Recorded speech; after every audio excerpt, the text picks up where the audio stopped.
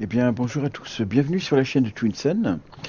Alors, aujourd'hui, j'aimerais vous présenter Microsoft Flight Simulator 2020 avec un hélicoptère qui a été créé par Airbus, dont le développement s'est fait par Hype, donc Hype Performance Group. Ils ont modélisé l'Airbus H135. Et nous allons voir un petit peu ensemble ce que ça va donner en termes de pilotage. Donc bien entendu, je ne suis pas vraiment un pro d'hélico. Donc je m'excuse à l'avance des petits désagréments qu'il pourrait y avoir lors de la nouvelle conduite avec cet hélicoptère. Pardon. Je suis sur la version 1.2, qui est la dernière version, dernière mise à jour qui a été faite par eux. C'est une version qui a été mise à jour le 2 juin 2021. Voilà. Alors, par contre, j'ai pris une livrée qui est assez sympa, qui est assez jolie, et qui va donner un petit peu un aspect assez sympa à l'hélico. Je l'ai couplé à Neofly, qui est un générateur de missions, va-t-on dire, compagnie, plus ou moins une compagnie virtuelle, qui est assez sympa, qui a été donc fait par Neofly. C'est la version 3.6 avec laquelle que je vais utiliser. Après, vous allez voir, il y a une certaine interaction qui se fait entre le logiciel Neofly et 20, qui est assez sympa. Voilà, donc on va passer au démarrage,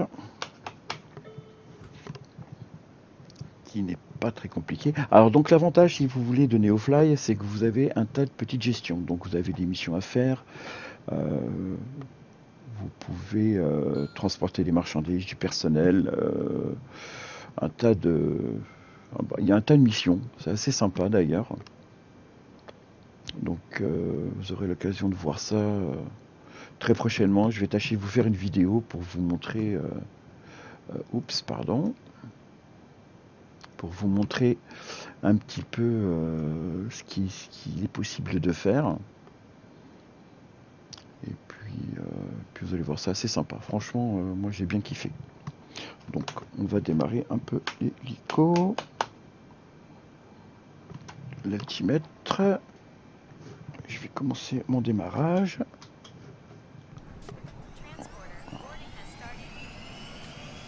Voilà.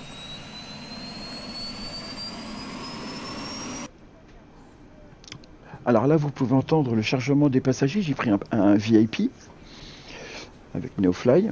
Alors il y a aussi la gestion du carburant avec Neofly, la réparation de la carlingue et du moteur qui est géré. C'est assez sympa. Bon, vous gagnez de l'argent, il faut bien entendu passer des permis. Et voilà, ça c'est vraiment sympa. Ça donne un peu plus d'attrait à 20, je trouve, personnellement. Donc voilà, on vient de m'annoncer que mon passager est chargé dans l'hélico. Et on va pouvoir commencer le démarrage. Hop, je fais un plan rapproché en vérifiant bien que j'ai bien... Voilà. On va mettre l'auxiliaire. Moi je le mets. Bon, je sais pas si c'est important ou pas. Voilà. Voilà, rien d'autre.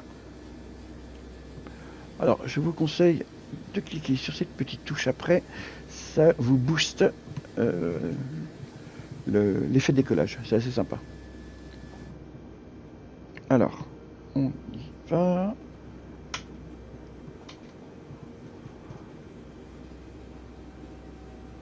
Alors, est-ce que j'ai bien...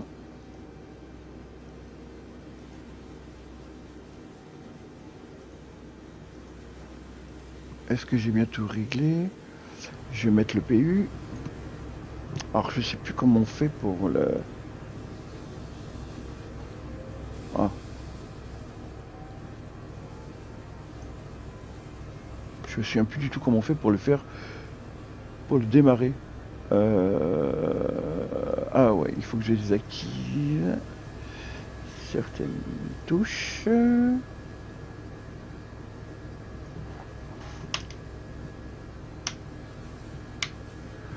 Est-ce que c'est ça? Non. Qu'est-ce que j'ai oublié? Je crois qu'il faut que je mette le prime. Toujours pas. Il faudra que je fasse un tuto pour apprendre à le démarrer cet hélico. Donc je vais faire ready to cough, donc ça va me permettre de faire toute la procédure de démarrage. Qui va me le faire entièrement. Il va tout me paramétrer. Ce sera nettement plus simple. Voilà, donc vous pouvez voir. Les moteurs sont en train de démarrer.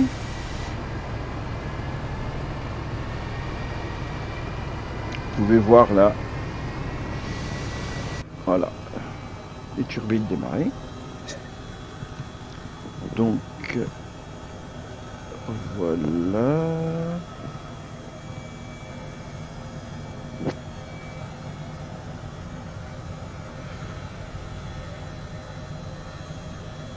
Alors bien entendu, j'ai fait ça avec la participation de Takaoff. C'est une VA qui est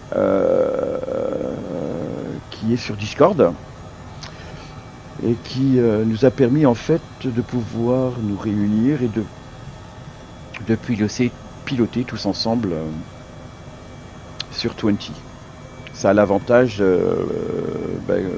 d'être une vingtaine de personnes et faire des sessions de 20 personnes en réseau. C'est vraiment sympa, une très très bonne ambiance. Et je vous remettrai en même temps le lien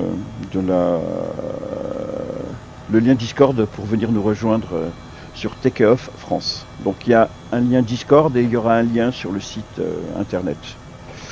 Donc voilà, je viens de lancer mes moteurs.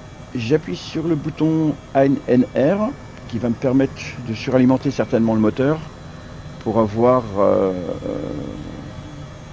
plus de puissance.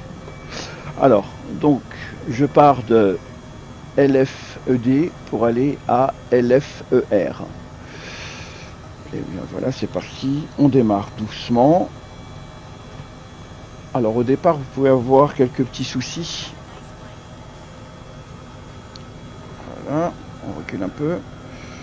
Voilà, donc Neofly vient de me dire que c'est bon, les passagers étaient chargés et que je suis en train de décoller, donc je peux commencer ma mission.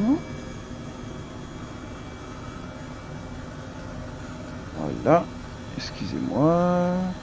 Voilà, donc alors ça sera derrière moi que ça se passe. Alors il n'est pas forcément difficile à prendre en main. C'est juste que c'est une habitude à prendre et vous allez voir, c'est très très sympa. Cet hélicoptère a été vraiment très bien développé. Il a été mis à jour assez régulièrement par Hype. Ouais, excusez-moi, hein, c'est pas vraiment comme ça qu'il faut piloter, mais je fais de mon mieux. Habituellement, je pilote pas comme ça, mais c'est parce qu'en fait, je vous présente la vidéo et c'est un peu compliqué. Voilà, je suis en train de faire plusieurs choses en même temps. Donc, vous pouvez voir sur l'écran du milieu, donc mon point d'arrivée, enfin mon trajet, le trajet que j'ai à faire via le GPS. Et là, on va pouvoir y aller. Alors, bien entendu, il est souhaitable de respecter les tours et les vitesses. Bon, moi, je le fais pas trop, vu qu'il est encore en mode développement, me semble-t-il. Donc, je me permets d'aller un petit peu plus vite. Ce que j'aime dans ce jeu, c'est justement ce qui me donne cet attrait dans Flight Simulator, c'est de pouvoir faire du razmot avec l'hélico. C'est assez sympa.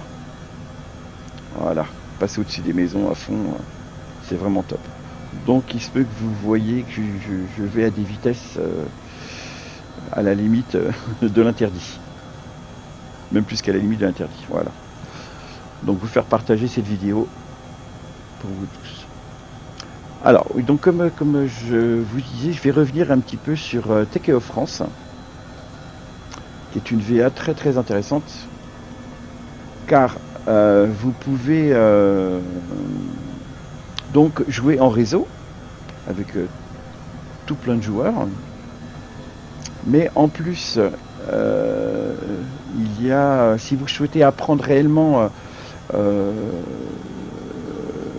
toute la phraséologie et tout ce qui est technique en termes pour apprendre à piloter, vous trouverez des gens là-bas compétents qui pourront même vous donner des cours, hein.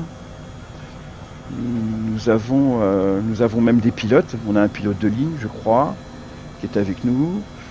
On a d'autres personnes qui pilotent des avions plus petits. On a un pilote d'hélico, je crois aussi. Donc voilà, c'est vraiment très très intéressant. Et c'est surtout, on prend énormément de plaisir à être ensemble et à pouvoir partager. Il y a aussi une petite équipe qui pourront vous aider si vous avez des petits soucis d'informatique pour paramétrer le jeu. Vous donner plein d'informations sur tout un tas de petits logiciels satellites qui peuvent vous aider dans le simulateur ou même dans la réalité d'ailleurs, puisque on utilise un tas de logiciels, enfin un tas de logiciels non, on utilise pas mal de logiciels qui sont fonctionnels dans la réalité, donc ce qui est une très très bonne formation en soi. Ça, dans le pire des cas, si on se trompe, on peut se tromper, disons, dans le logiciel. Bon, alors qu'après, si vous êtes en vol réel, ça devient un peu plus compliqué. Après, moi, ça m'est jamais arrivé, parce que je vole pas en vol réel, hein, je fais que de la simulation. Donc voilà. Donc après, on a des gens qui jouent tout aussi bien à Flight Simulator qu'à DCS. Il y a aussi Ilyushin Sturmovik, aussi on a des joueurs. On a aussi des formations VATSIM, pour ceux que ça intéresse, pour ceux qui connaissent, qui souhaiteraient voir comment ça fonctionne. Voilà. Alors. Monsieur Jean-Pierre. Salut. Oups, je viens de m'apercevoir que j'étais encore sur Discord. Je vais changer de salon et on va continuer ensemble.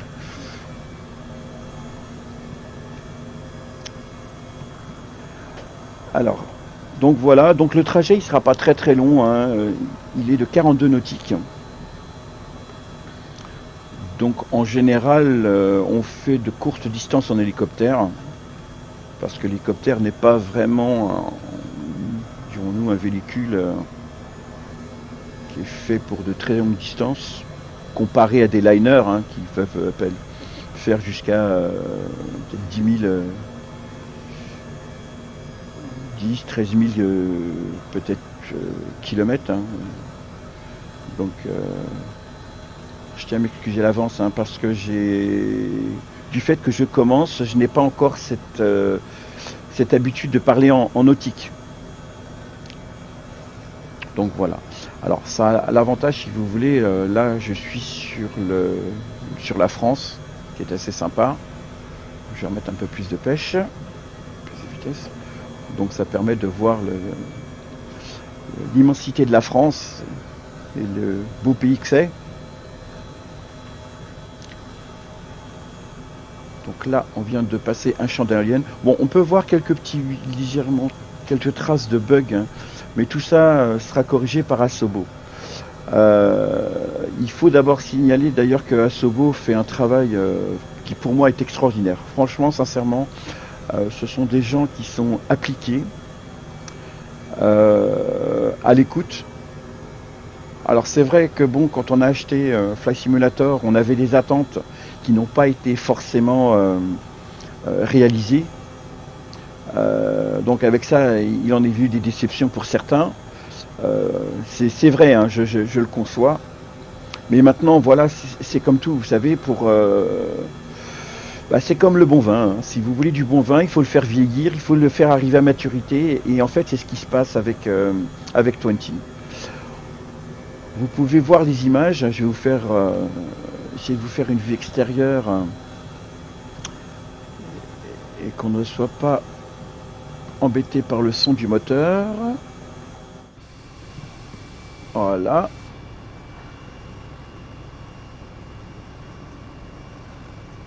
Voilà, donc vous pouvez voir le paysage, il est magnifique.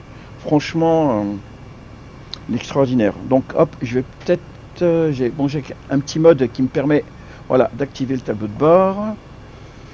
Voilà, je vais augmenter un petit peu ma vitesse. Voilà, vous pouvez voir, franchement, il est extraordinaire. Il est d'une qualité graphique dont j'ai rarement vu enfin, ce type de logiciel, quoi. Franchement, il est super beau.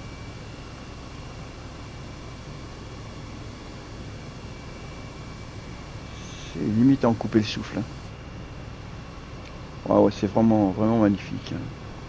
Vous voyez, on voit cette espèce, dans le fond, cette espèce de convexe, cette vue convexe qui se rapproche vraiment de la réalité. Ouais, franchement, c'est super beau, quoi. Donc je vais revenir dans le cockpit parce que je crois que je me suis décalé un peu. Je vais reprendre ma position. Voilà.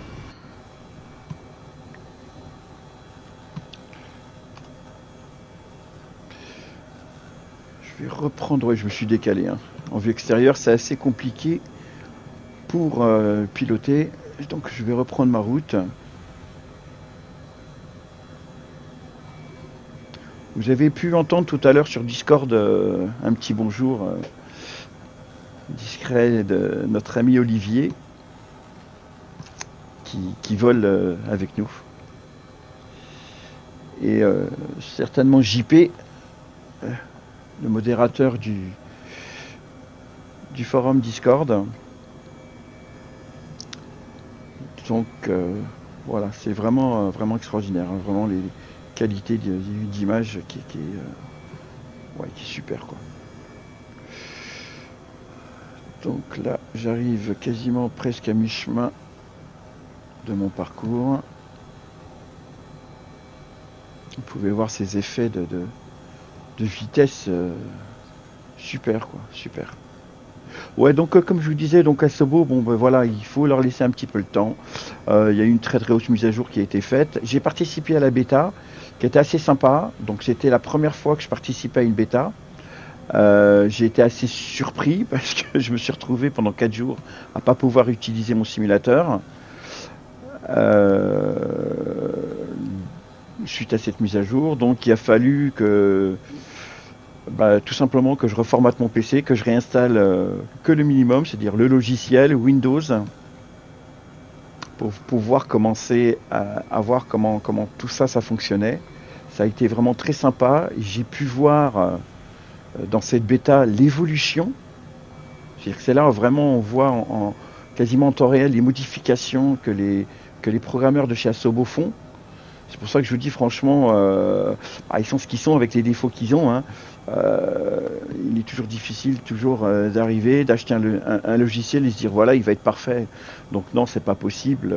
D'autant plus que sur PC, il existe tellement de machines, tellement de mises à jour de drivers, tellement de paramètres qui rentrent en compte et qui peuvent parfois être déstabilisants pour le PC, et ce qui fait que parfois ça ne peut soit ne pas fonctionner du tout ou mal fonctionner.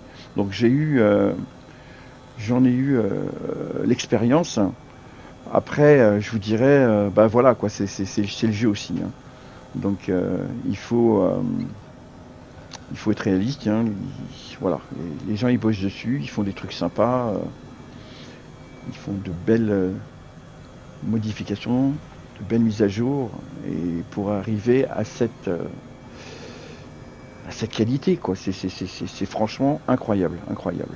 Merci à Asobo pour leur taf. Bon, bien entendu, hein, ils le font pas gratos, hein, comme tout le monde. Personne ne travaille gratuitement, mais en attendant, voilà, ils ont fait un super taf.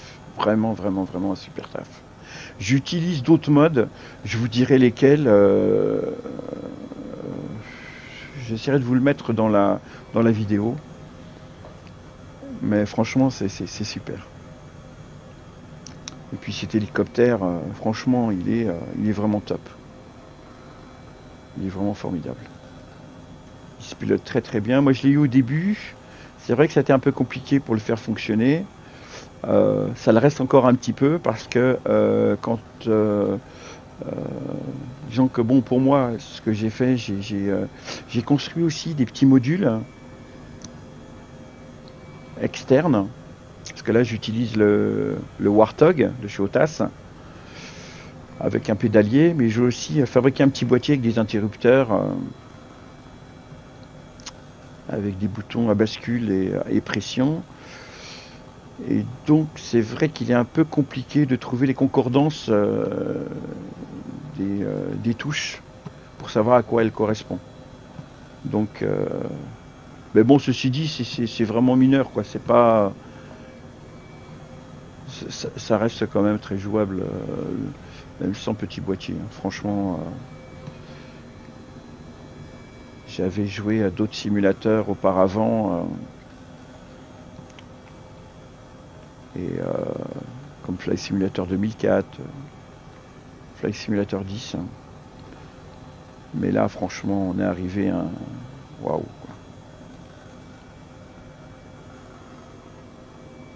C'est vraiment top. Par contre, j'ai remarqué un truc. On entend, euh, on entend le gazouillement des oiseaux, mais on n'en voit aucun dans le ciel. Alors, pour ceux qui sont chez Asobo, si ça peut vous donner des idées, bon, ne le chargez pas trop, hein, parce qu'après, trop de détails, tu le détailles. Et après, on va se retrouver avec, avec de grosses cartes vidéo pour faire tourner ce jeu. Bon, alors qu'une carte milieu de gamme suffit amplement. Bon, après, faut pas être trop gourmand en qualité graphique. Donc, c'est pareil. Là, je fais tourner avec un AMD, un Ryzen 7 2800. J'ai 64 Go de RAM.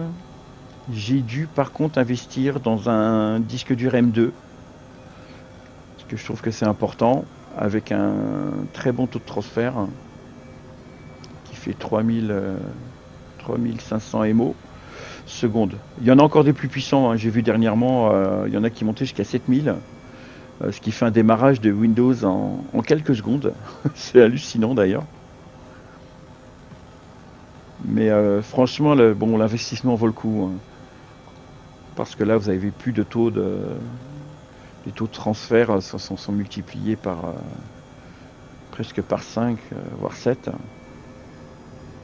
Et, et on voit vraiment, voilà, quoi, très peu de lag, hein. Enfin, moi, en tout cas, j'en vois très peu. Ça peut encore arriver. Maintenant, je mettrai ça sur le compte du bug du jeu, parce qu'il il demande encore à être, à travailler dessus, être affiné, hein. Donc, franchement, voilà. Donc là, j'ai carrément pas suivi mon plan de vol. Je suis carrément parti aux Alouettes. Et là, vous venez d'entendre, vous venez d'entendre, j'ai pris une inclinaison de plus de 45 degrés là, et vous venez d'entendre mes passagers hurler. Ils ont eu peur. J'aurais fait peur et je viens de flinguer ma mission. Excellent. Donc voilà, c'est ce que ça peut un peu donner. Il va falloir que je ralentis un peu parce que c'est vrai que je vais un peu trop vite là. 170 KT, je sais même pas si dans la réalité c'est possible. J'aurais forcément une perte de portance. D'après ce qu'on m'avait expliqué, il y a une vitesse de rotation à ne pas dépasser. Et si on la dépasse, il semblerait qu'on perde, on perd tout simplement. Voilà, je vais mettre mon point. La portance et on tombe. Donc là, je vais commencer à ralentir, tout doucement. Donc, alors pour ralentir, c'est quand même c'est pas très compliqué, c'est une habitude à prendre. Il faut monter son joystick et baisser le collectif, c'est-à-dire baisser la vitesse de rotation de l'hélice, je crois, si je me trompe pas. Et on arrive, vous voyez, hop, je baisse, je baisse, et là je remonte. Ouais, j'ai été un peu trop vite. Mais bon, voilà, c'est pas grave. Je vais faire demi-tour. Voilà, je suis désolé, hein.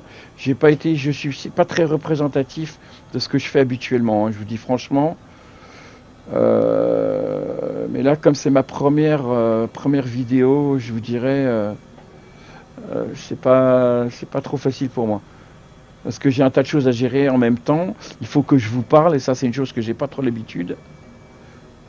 Donc voilà. Alors vous pouvez en voir les trois écrans principaux.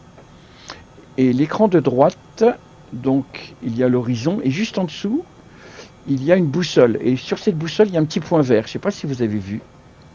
Ce petit point vert, c'est ce qui va me permettre... Vous voyez la petite boule qui bouge? C'est ce qui me permet...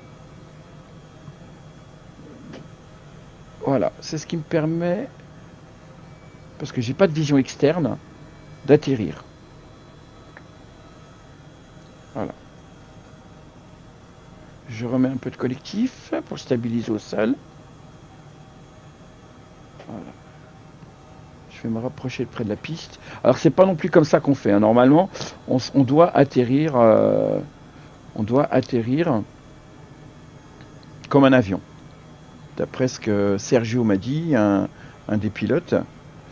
Donc c'est vrai que je vous ai pas montré. Ah. Voilà. Je vous ai pas forcément montré les choses qu'il faut faire.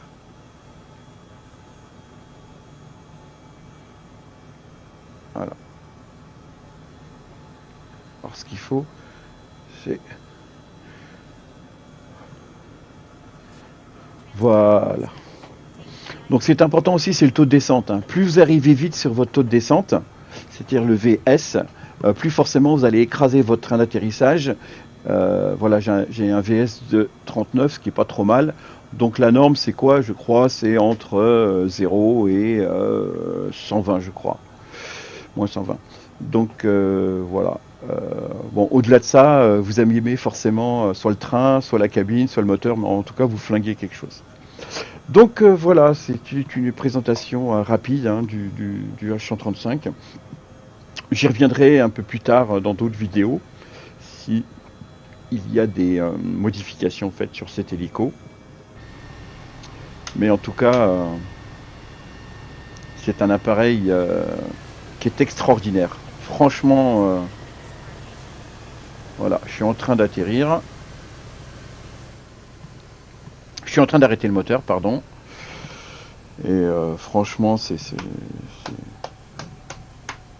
voilà, j'éteins les lumières. C'est pas non plus super beau temps, hein. Je vole toujours en temps réel. Donc voilà, c'est pas mal. Là, vous pouvez entendre les effets de bruit de Neofly, hein, des passagers qui descendent. Et là, que me dit-on? Est-ce que j'ai réussi la mission ou pas? Mais je pense pas. Non, la mission, elle est littéralement terminée et foirée. Donc, je vous laisse avec cette vidéo. Je vous remercie de m'avoir écouté et vu. Et puis, ben, je vous souhaite une bonne journée et à très bientôt sur Takeoff France. Ciao, ciao!